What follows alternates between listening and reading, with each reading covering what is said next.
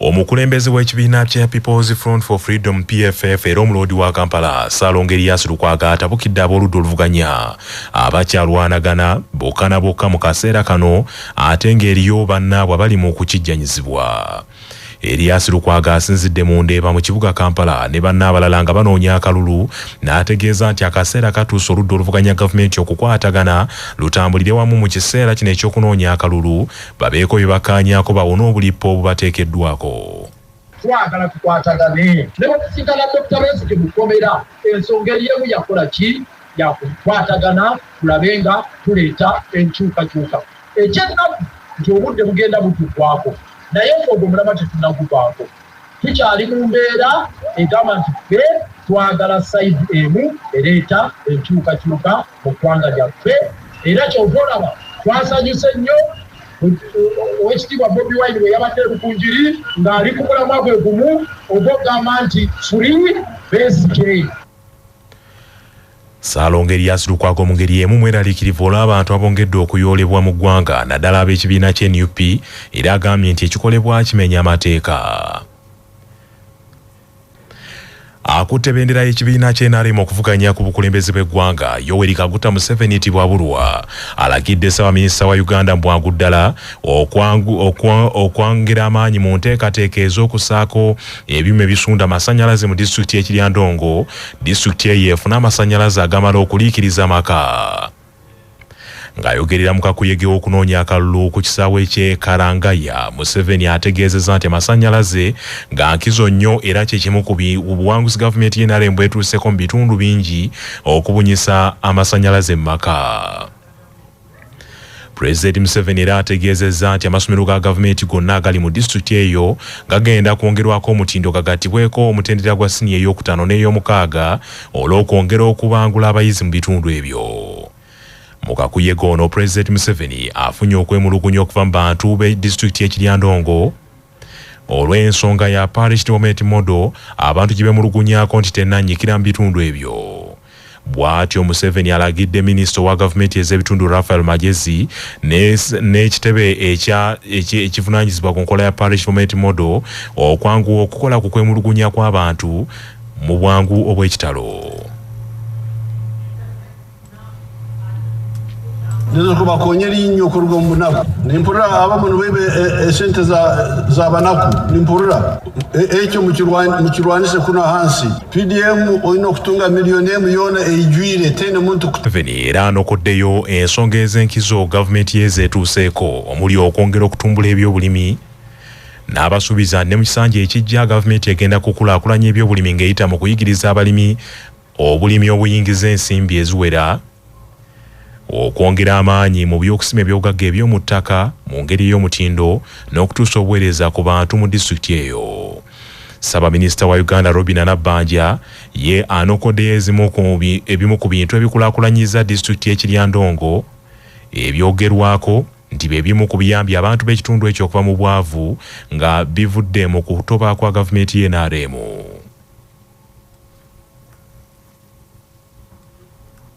Muzeyi tukusiima habwa obusinge waleesire kukuraakuraniza ebicweka bingi ebya Bunyoro. Nitukusiima habwa okukuraakuraniza Bunyoro. Ate omukulembeze w'ekibiina kya NUP Robert Kyagulanyi Ssentamu ajjukizza ab'ebyokwerinda abakuba abantu emiggo bajjukire nti nabo bannayuganda. Kyagulanyi Ssentamu okwogera bino asinzidde ekyenjojo mu bukama bwa Tooro bw'abadde agenza okusaba abaayo akalulu n'agamba nti wadde nga leero akubye olukuŋŋaana lw'okwogerako eri abalonzi ayise mu bugubi obutoogerekeka.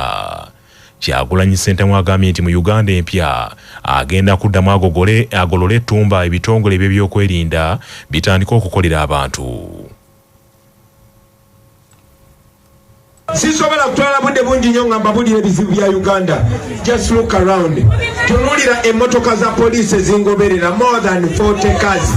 Bwe mulowooza ssente meka ezikozesebwa abapoliisi n'aba UPDF abangoberera si kumekinga sure abantu bali safe naye kukuba abantu kibooko ne mu malwaliro tewaliyo ddagala. So mu Uganda empya ebyo byonna bigenda kukyuka. Uganda has been captured, ensi yaffe bagiwamba. Kati buli kitongole kya gavumenti tekisavinga abantu. Amagye g'eggwanga galina kubeera nga gaprotectinga nsi. Ate akutebendera ekibiina kya FDC ku bukulembeze bw'eggwanga, James Nathan Nandalamafa byasuubiza abantu b'Eshema, Buhwejo ne Bushenyi nti singa bamulonda n'afuuka omukulembeze w'eggwanga lino agenda kuteekawo embeera ng'ebyenfuna by'eggwanga bigabanyizibwa kyenkanye eri bannansi bonna. That is why we're in this election to say we need our country where all of us can enjoy. We see poverty everywhere, and I'm sure here you are suffering like all of us are suffering. I'm very sure there are money lenders here who are taking all your money every day you're working for. So my brothers and sisters, in this struggle now we're in together, we're asking you to give us a vote so that we change our lives from bad to better. That's why my brothers, as Onesimus has said, we are saying what has been done in 45 years is done. And I can assure you Museveni cannot do anything in the 5 years. Kamalabe na Buganda Charles Peter Mayiga asabye abafumbo abayivu obutakulembeza buyigirize bwabwe mu bufumbo wabula babeere bantu ba bulijjo obufumbo banyumire. Katikkiro okwogera bino abadde mu Lutikko e Namirembe, omuweereza ku laadiyo ya Kabaka Dr. Sam Kazibwe kwakubidde ebirayiro eby'obufumbo obutukuvu ne mwana munne Sonia Babirye nga bano beewangulidde obufumbo obutukuvu. Katikkiro ategeezezza nti obufumbo obutambulizibwa ku bitabo tebuwangaala, kwe kukuutira abafumbo okuwaŋŋana ekitiibwa n'okutegeeragana mu buli mbeera. Eyo PhD ejja kutiisa b'emukono kubanga abo basomesa obawa obubonero. Awaka Sonia akulaba ng'omusajja omulala yenna. Akulaba ng'omusajja omulala yenna.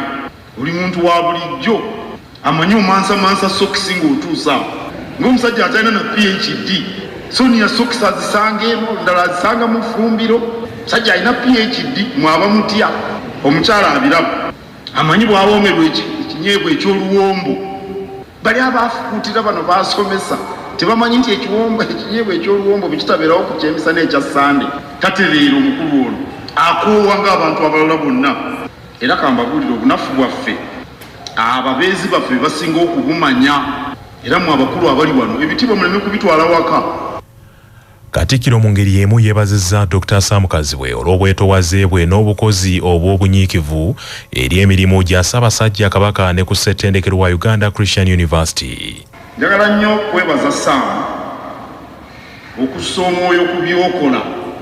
Abantu bangi n'abatakulabangako beesunga okuwulira by'ogenda okubabuulira ku CBS, ku BBS, ate n'ebyokola eyo ku UCU nalaba nga bakuwadde ekirabo.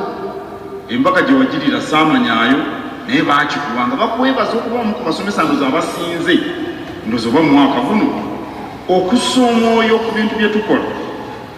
Mumuwulira ng'aweereza wiiki yonna ku CBS ne ku BBS anoonyereza n'asunsula n'annyonnyola akola n'omutima gwe ekyo ky'akola.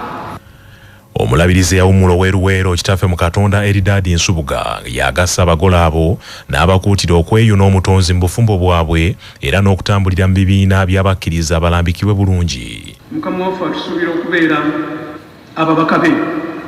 Kaakati nammwe kyaki ebasuubira okubeera ababaka baayo. Yonna gye munaagendanga, yonna gye munaaweererezanga, ku kyalo gye mubeera ababaka baayo abafumbo babeera batya, abafumbo beeyisa batya. Okugamba nti ndi mufumbo kintu kimu n'okukola ng'omufumbo kintu kirala. Okugamba nti ndi mufumbo kintu kimu n'okutambula ng'omufumbo kintu kirala. N'olwekyo Katonda ababeere, mubeere ebbaluwa ya church, mubeere ebbaluwa ya Christianity, mubeere ebbaluwa ya Mukama waffe esomeka yonna.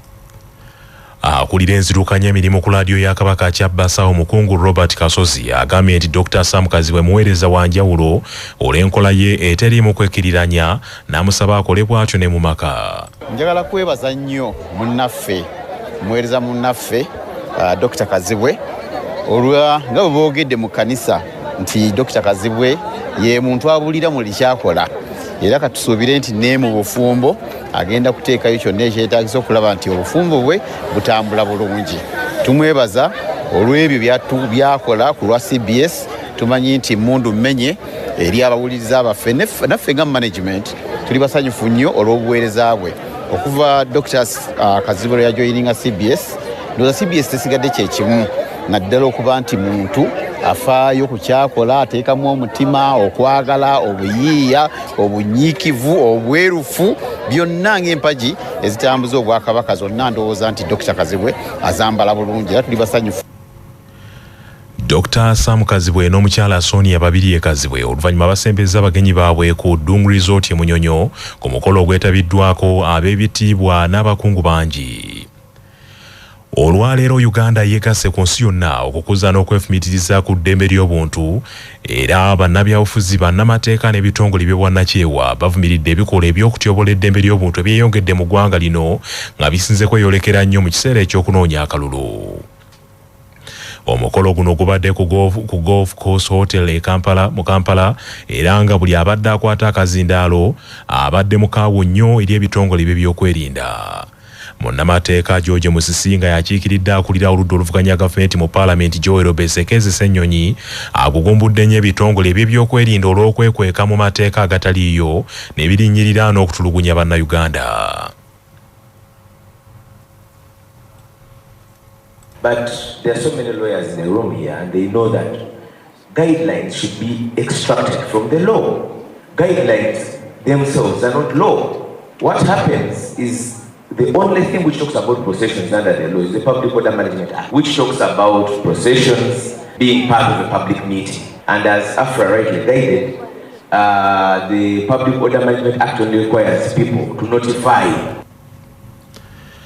Afra Apio avunaanyizibwa ku by'amateeka mu kitongole ky'abannamateeka ekya Uganda Law Society naye agugumbudde nnyo ebitongole by'ebyokwerinda olw'okutyobola eddembe ly'obuntu lye biteekeddwa okukuuma. At the ULS office we have people who come and say, I was just walking.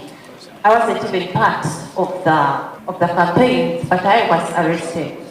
So people have that fear in them. They're actually worried what is going to happen come 2020. Then we see there is an abuse of the public order laws under the Public Order Management Act. There's a provision for 3 days. Retired Major Awichi Pola akiikiridde ekibiina ky'NRM ekiri mu buyinza agambye nti ng'ekibiina nabo bavumirira nnyo enkola y'ebitongole by'ebyokwerinda olw'okulinnyirira abali ku ludda oluvuganya gavumenti kubanga kino tekikoma ku kubaluma nga ekibiina ekiri mu buyinza wabulira kibakosa n'okubattira obuwagizi mu bannansi. Is for the state actors to act professionally in crowd control areas and even where there's detection of crime. It must be speedy and open. Because as I said earlier, those non-visibility of justice against suspects works against us. It doesn't work for us. Omuserikale wa poliisi Dorothy Kyobutungi akiikiridde Ssaabaduumizi wa poliisi agambye nti olumu bwe baba bateekesa amateeka mu nkola naye babeera mu kaseera kakatyabaga. We must also know that police officers are also human beings, but we have a duty. We are duty bearers because of the training and what the law asks us to do. The law is binding us to ensure that we operate as trained officers. But when such incidents of where officers have become errant, have not restrained themselves where necessary, have used excessive force. Julius Muchunguzi omwogezi w'akakiiko ak'ebyokulonda falaasidde ebitongole by'ebyokwerinda nti wamu ne bannabyabufuzi bonna nti batambulire ku mateeka nga bagoberera nga bakola kakuyiga oyo. Ye ssentebe w'akakiiko k'eggwanga akaleezeka eddembe ly'obuntu Hajat Mariam Fawzat Wangadya agambye nti bagenda kusigala nga balwanirira eddembe ly'obuntu mu kiseera kino ekijjudde okusoomoozebwa kwe kusaba bannayuganda nti beesiga akakiiko ke. Eddembe lino terituweebwa gavumenti naye mulimu gwayo okulikuuma.